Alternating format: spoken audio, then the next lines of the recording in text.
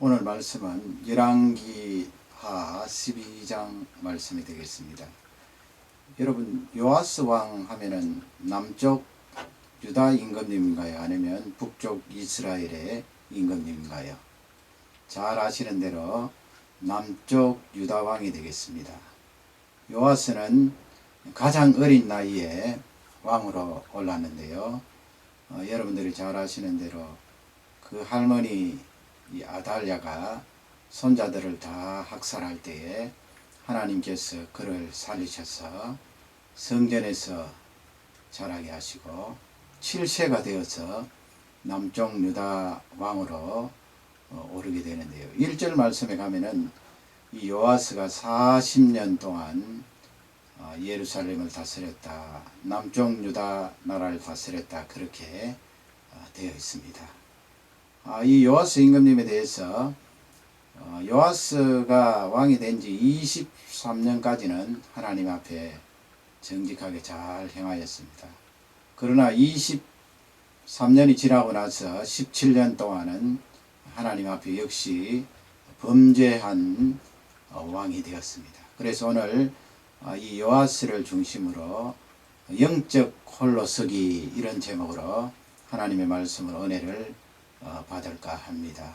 첫 번째 나누실 중요한 내용은 믿음의 동력자가 우리에게 필요하다 하는 귀한 말씀이 되겠습니다. 예수 그리스도 안에서 형제된 자매된 우리가 서로 도우고 또 서로 협력할 믿음의 동력자가 필요하다 하는 것을 우리에게 알려주고 있는데요. 1절 말씀은 요아스 임금님이 40년 동안 남쪽 유다를 다스렸다 하는 내용이 나오고요. 2절 말씀에 가면 이런 말씀이 있습니다. 요아스가 제사장 여호야다의 교훈을 받는 동안에는, 제사장 여호야다의 교훈을 받는 동안에는 여호와 보시기에 정직하게 행하였고, 그렇게 되어 있습니다. 여기서 여호와 하나님이 보시기에 정직하게 행하였다, 이 말씀은 바로 행하였다는 말씀입니다. 옳게 나라를 다스리고 하나님 앞에 섰다는 그런 말씀이 되겠는데요. 바로 행하였고, 그 말씀은 23년 동안의 그 통치를 말씀하고 있는 것입니다. 여호야다가 이 요아스에게는 요즘식으로 말하면 중요한 멘토 역할을 했습니다. 요아스가 엉뚱한 방향으로 벗어나지 않도록 그를 지도하고 또 그를 가르쳐주고 좋은 길로 인도했던 영적인 믿음의 동력자라고 할 수가 있지요. 그래서 이 요아스가 나라를 다스리면서 여호야다의 그 교훈, 하나님 말씀과 연관된 교훈이 되겠습니다. 잘 받았기에 하나님 앞에 옳게 행할 수가 있었던 것입니다. 여러분, 이 요아스뿐만 아니고 우리 모든 믿음의 사람들은 믿음의 동력자가 필요합니다. 나를 말씀으로 도와주고 또 같이 기도해주고 서로 말씀을 나누며 하나님 안에서 인생길을 걸어갈 믿음의 동력자가 필요한 것입니다. 그러면 요아스에게 이 여호야다는 어떤 사람이었을까요? 그 믿음의 동력자를 우리가 어떻게 만날 것인지, 그 부분에 대해서 우리에게 힌트를 주는 중요한 말씀이라고 할 수가 있습니다. 첫 번째 주시는 말씀은 이 여호야다는 요아스에게 늘 가까이 있었다는 말씀입니다. 마음뿐만 아니고 물리적으로 가까이 있었다는 거예요. 이 여호야다는 제사장이기 때문에 성전에 늘 왕래하고 성전에 지냈던 사람입니다.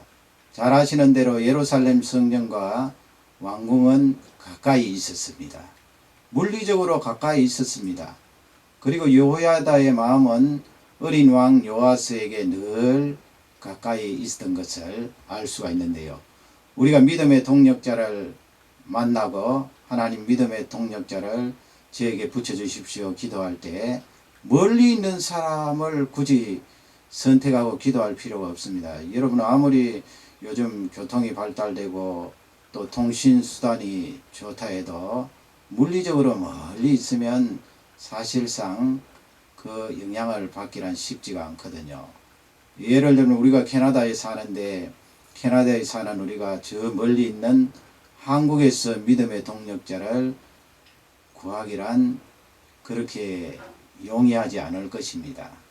한국에서 구하고 한국에서 얻기를 기도하기보다 이 캐나다에서 나와 늘 가까이 함께 지낼 수 있는 그런 믿음의 동력자를 놓고 기도하고 만나는 일이 대단히 중요합니다.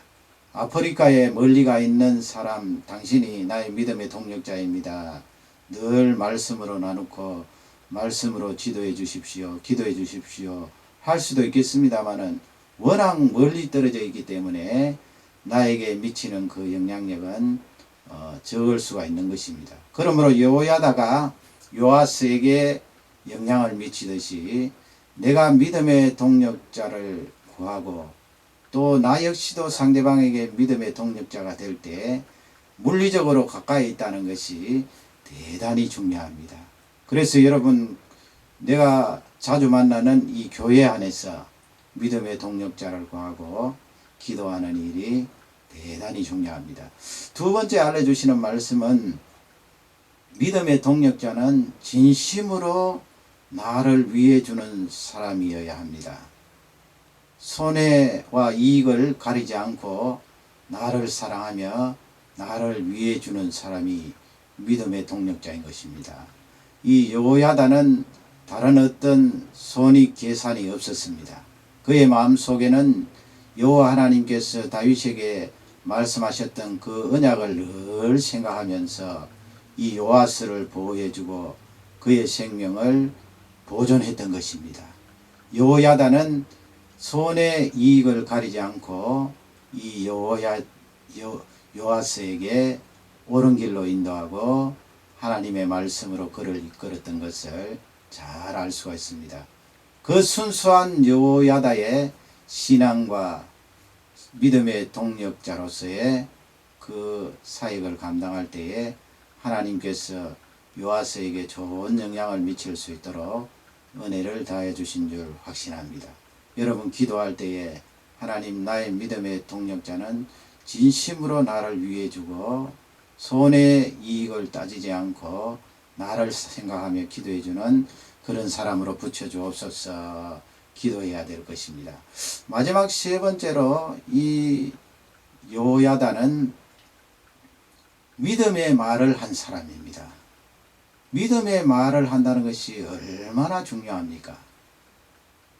여러분, 내 옆에 있는 그 동력자가 믿음의 말을 하지 않으면 어떻게 되는가요?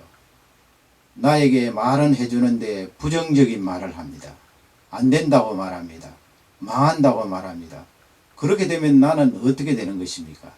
말은 듣는데 부정적인 영향을 받기 때문에 그 사람은 나에게 동력자, 믿음의 동력자가 될 수 없는 것입니다. 여호야다는 이 왕 요아스에게 늘 믿음의 말을 한 사람이었습니다. 믿음의 말을 했다는 것은 여호야다의 마음속에 하나님의 말씀이 있었다는 거지요. 여호야다는 다윗에게 언약하신 그 하나님의 말씀을 염두에 두었습니다. 그러기에 이 요아스를 보호해 주었고 요아스를 왕으로 삼을 수가 있었던 것입니다. 그러므로 나에게 믿음의 말을 해준다는 것이 얼마나 중요한 요소입니까? 그 믿음의 말을 하는 저변에는 하나님의 말씀을 가지고 그 하나님의 말씀에 따라 나를 근거하고 이끌어주기 때문에 귀한 그 믿음의 말이 나에게 영향을 미칠 수 있는 줄 확신합니다. 요아스는 이와 같이 여호야다에게 좋은 영향을 받으므로 그대로 그 교훈대로 했을 때 하나님 눈에 보시기에 정직하게 행한 그런 왕이 되었습니다. 이와 같이 우리 모두에게도 믿음의 동력자가 있어서 늘 하나님 앞에 정직하게 바로 행하는 그런 귀한 종들이 되시기를 주님의 이름으로 축원합니다. 두 번째 살펴볼 것은 요아스 임금님의 후반기입니다. 그러니까 24년째부터 40년까지 이 요아스 임금님이 47세에 세상을 떠나게 되었는데요. 이 후반기를 우리가 살펴보면서 믿음의 신앙의 영적으로 홀로 서는 그 문제에 대해서 살펴보기를 원합니다. 이 제사장 여호야다는 역대하 24장 15절에 보면은 세상을 떠나게 되는데 그의 나이가 얼마나 되어서 세상을 떠날까요? 130세입니다. 130세에 세상을 떠났습니다. 그 당시에 연령으로 봐서 상당히 오래 살았던 것을 볼 수가 있습니다. 하나님께서 여호야다를 그렇게 오래 이 세상에 살게 하신 것은 그에게 있는 사명을 감당하고 염두에 두셨기 때문에 그를 오래 살도록 하신 것 같습니다. 그러나 수완이 차서 하나님께서 그 영혼을 데리고 가셨는데요. 이 여호야다가 백성들 가운데도 얼마나 좋은 명성이 있었던지 역대하 24장 16절 말씀에 가면은 백성들이 이 여호야다의 시신을 왕들이 묻히는 유다 왕들이 묻히는 그 묘실에 안장을 했던 것을 볼 수가 있습니다. 그 이유를 역대하 24장 16절 하반절에 밝히고 있는데요. 이 여호야다가 살아있을 동안에 이스라엘과 하나님과 또 그 전에 성전에 선한 일을 행하였다고 성경은 기록하고 있습니다.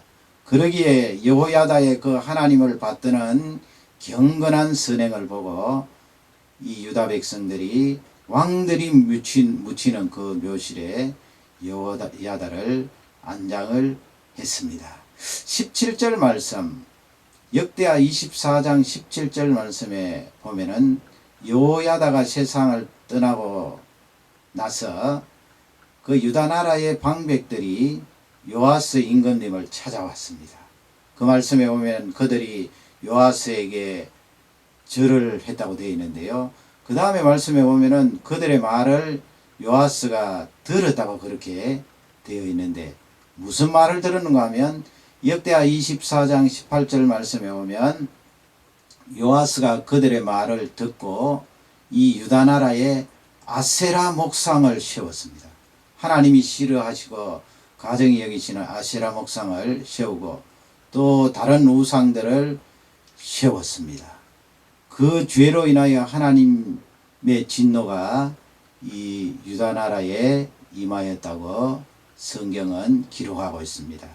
이렇게 여호야다가 세상을 떠난 뒤에 요아스가 엉뚱한 길로 걸어가자 하나님께서 선지자들을 그에게 보내셔서 돌아오기를 간절히 기다리셨습니다. 하나님이 인내지요. 하나님의 사랑입니다. 하나님의 긍휼입니다. 그러나 이 요아스 임금님은 선지자의 말을 듣지 않았습니다. 그리고 역대하 24장 22절 말씀에 보면 그 스가랴라는 선지자가 있는데요. 그 선지자가 백성들과 왕 앞에서 하나님의 말씀을 선포했을 때 그 말씀을 듣기 싫어했습니다. 그리고 그 스가랴 선지자를 죽였습니다.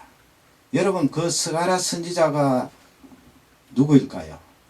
바로 여호야다의 아들입니다. 그래서 성경 말씀은 여호야다의 은혜를 생각지 아니하므로 그 아들 스가랴를 죽였더라. 그렇게 기록을 하고 있습니다. 누가 죽였다는 것입니까? 요아스 왕이 그렇게 했다는 거예요. 여호야다는 사실상 요아스에게 고모부입니다. 그 고모부가 요아스를 한 살 된 요아스를 건져내어서 성전에 키우고 그를 보호하고 6년 동안 그를 잘 보호했다가 7살 되던 해에 왕으로 세웠습니다. 이 여호야다는 요아스에게 생명의 은인입니다. 멘토일 뿐만 아니고 그의 생명을 건져준 생명의 은인이에요. 그런데 이 요아스가 하나님의 말씀을 전가하고 바른 길로 인도하려고 하는 여호야다의 아들 스가랴를 돌로 쳐 죽이는 그런 내용이 성경에 나와 있습니다. 얼마나 사람이 악한가요? 우리 사람은 은혜를 잘 모릅니다. 악한 요아스를 바라보면서 우리 인생들이 가지고 있는 그 죄성을 다시 한번 생각해 볼 수가 있습니다. 그러면 여러분, 왜 이렇게 요아스가 23년 동안은 하나님의 말씀대로 나라를 잘 다스리다가 그 나머지 17년, 24년째부터 40년째까지는 왜 이렇게 엉망진창으로 살았을까요? 그것은 바로 영적으로 홀로 서기에 실패했다는 것입니다. 영적으로 홀로 선다는 말씀이 조금 모순이 있습니다만은 영적으로 하나님을 만나는데 실패했다는 거예요. 하나님의 말씀과 부딪히고 하나님의 말씀이 요아스의 삶 속에 적용이 되고 그 말씀이 들어와서 능력을 발하는 그런 체험과 만남이 없었다는 것입니다.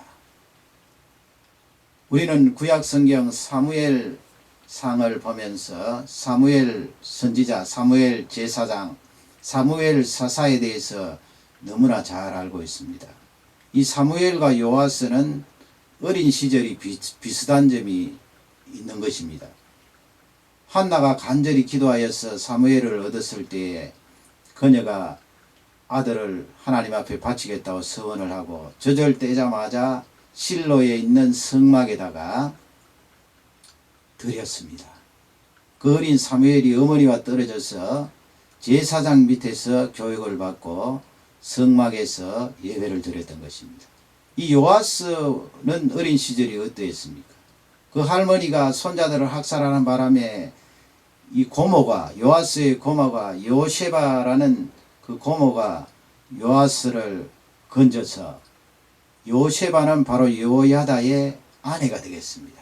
건져서 성전에 숨겨서 6년 동안 키웠습니다.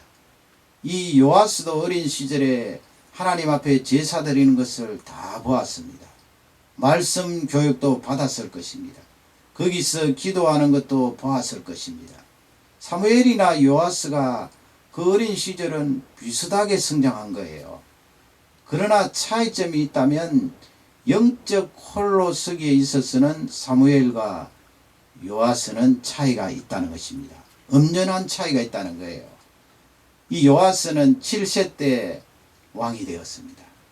여러분, 너무 일찍 이렇게 어린 나이에 힘이 실려지니까, 물론 그 힘이 뭐 자기 마음대로 행사하는 힘은 아니겠습니다만은 어쨌든 한 나라의 왕이 되었잖아요.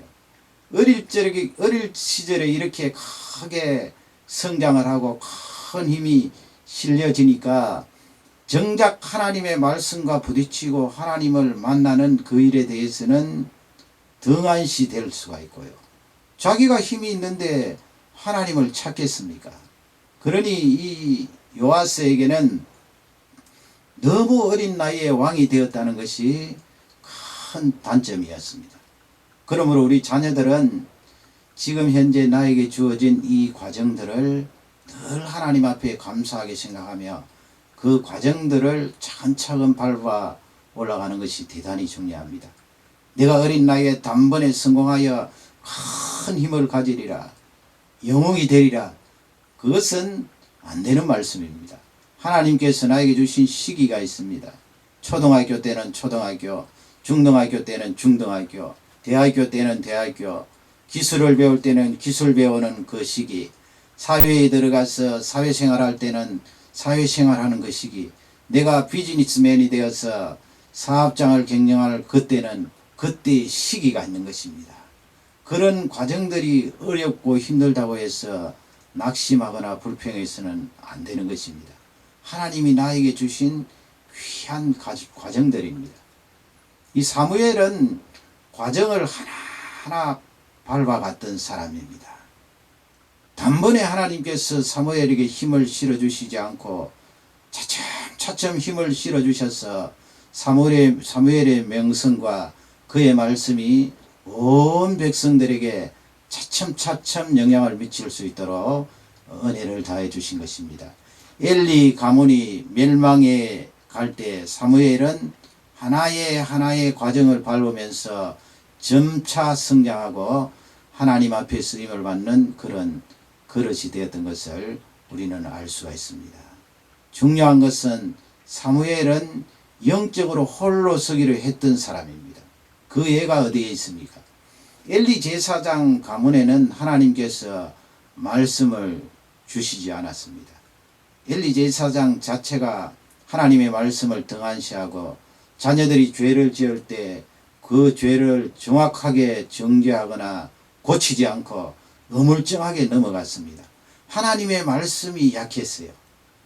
그러나 하나님께서 이 사무엘에게 은혜를 다하셔서 어린 시절부터 하나님의 말씀에 부딪힐 수 있도록 그를 부르셨습니다. 여러분 잘 아시는 대로 사무엘을 거듭 반복해서 부르십니다. 사무엘아. 또 엘리 제사장에게 가서 종을 불렀습니까? 아니다. 내가 부르지 않았다.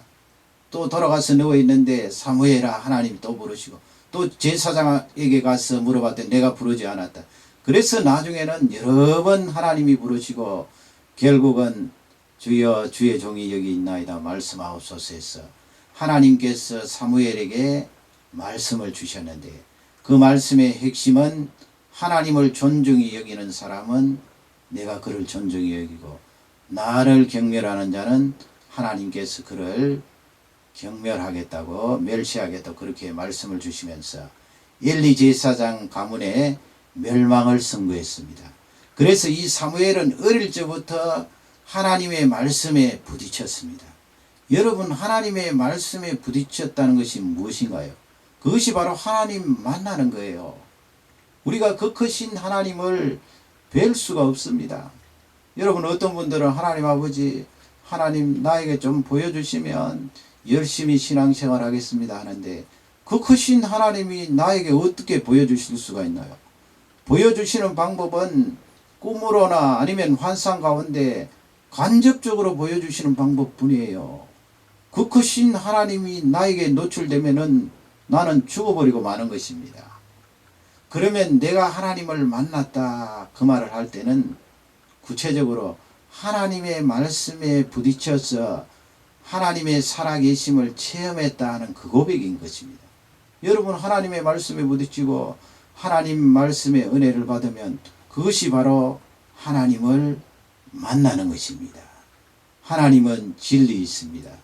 영원토록 변하지 않으십니다. 그 하나님은 말씀으로 우리에게 계시해 주셨습니다. 그러므로 우리는 그 말씀과 만나면 하나님을 만나는 것인데 그렇게 하나님을 만나면 영적으로 홀로 설 수가 있는 것입니다. 여기에 우리 자녀들 여러분 지금은 부모님을 따라 주의를 잘 지키지요. 부모님이 가자 하니까 매여서 오는 사람들이 많은 것입니다. 또 부모님들이 기도하라 하면 짧게나마 기도를 합니다. 그러나 여러분 부모님을 떠나고 부모님이 세상 떠나든지 아니면 내가 육신적으로 부모님과 멀리 살아서 떠날 때 여러분 영적으로 홀로 서기를 해야 되는 것입니다. 주일을 지킬 수가 있습니까? 주일은 하나님 앞에 드리며 하나님 앞에 예배드리고 하나님 아버지 내가 주일만큼은 절대 빼먹지 않고 하나님 앞에 예배드린 귀한 날로 바치겠습니다. 그렇게 영적으로 홀로 서기가 되어져야 되는 것입니다. 여러분 인생 가운데 고통과 어려움을 당할 때 다른 어떤 것보다 하나님을 찾아가는 거예요. 하나님 앞에 무릎을 꿇는 거예요. 하나님 아버지 제가 이런 고통이 있습니다. 어려움이 있습니다. 이 문제를 해결해 주십시오. 여러분 이 요아스 임금님에 대한 결정적인 교훈은 내가 내 옆에 있는 멘토를 통하여 도움을 받는 것은 한계가 있다는 말씀이에요. 사람이 나를 도와주고 하나님의 말씀으로 건면하는 것이 어느 정도는 도움이 될지 모르지만은 완전한 해결은 없다는 것입니다. 근본적으로 내가 하나님 앞에 홀로 설 수 있어야 됩니다. 홀로 설 수 있다는 것은 하나님 말씀의 은혜를 받고 내가 고통을 당하고 어려움이 있고 굉장한 문제에 부딪혔을 때 그 하나님 앞에 단정하게 무릎을 꿇고 기도하는 자세입니다. 기도하는 종입니다. 누구에게 먼저 전화하기 전에 하나님 아버지, 문제의 해결자는 하나님이십니다. 하나님 앞에 나아가서 무릎을 꿇을 때에 그 사람은 영적으로 홀로 섰다고 할 수가 있는 것입니다. 요아스는 이 부분에 실패하였던 것입니다. 그래서 자기의 멘토인 여호야다가 세상을 떠났을 때 그는 다시 우상을 섬기기 시작했습니다. 다른 사람의 말을 들었습니다. 우상주의자의 교훈을 따랐습니다. 아세라 목상을 들어왔습니다. 그 우상에게 절을 하도록 하였던 것입니다. 그는 이 17년 동안의 통치는 실패하고 말았습니다. 그 여호야다의 아들 스가랴가 죽으면서 역대하 24장 22절에 보면 하나님 아버지, 하나님은 감찰하시는 하나님이 아니십니까? 세밀하게 보신 하나님 아버지, 이것을 신원하여 주옵소서. 하나님 앞에 기도하면서 세상을 떠났는데요. 사람이 사람 노릇을 못하는 것입니다. 그렇게 은혜를 많이 입은 이 요아스가 자기의 은인의 아들을 그렇게 생명을 끊어버리니 그 인간으로서 사람이 아닌 것입니다. 결국 이 요아스가 아람 나라와 전쟁을 하여서 큰 부상을 당하였는데 나중에 이 신복들 둘이 요아스를 살해하는 내용이 성경에 기록되어 있습니다. 그 신복들 둘은 이스라엘 사람도 아니고 유다 사람도 아니고 암몬과 모압 족속의 후손인 것을 알 수가 있습니다. 그의 종말이 비참하게 되고 또 왕들이 묻히는 그 묘실에, 왕의 묘실에 묻히지 못하였던 것을 볼 수가 있습니다. 여러분, 우리는 영적으로 홀로서는 이 일이 대단히 중요합니다. 우리 부모님들은 자녀들 신앙적으로 양육할 때 우리 자녀들이 나 없어도, 부모인 나 없어도 저들이 영적으로 홀로 서서 하나님의 말씀을 깨닫고 하나님의 말씀을 가까이 하고 기도하는 사람이 되고 예배의 성공자가 되고 그런 자녀가 될 때 그 자녀는 앞으로 귀하게 쓰임받는 자녀가 될 줄 확신합니다. 우리 주일학교 모든 간사님들, 교사님들, 우리 어린 자녀들이 또 우리 유스에 있는 자녀들이, 우리 청년들이 어디를 내어놓아도 하나님 앞에 경건히 살 수 있는 영적인 홀로서기를 할 수 있도록 기도하시고 모든 말씀이 우리 모두에게 축복이 되기를 주님의 이름으로 축원합니다.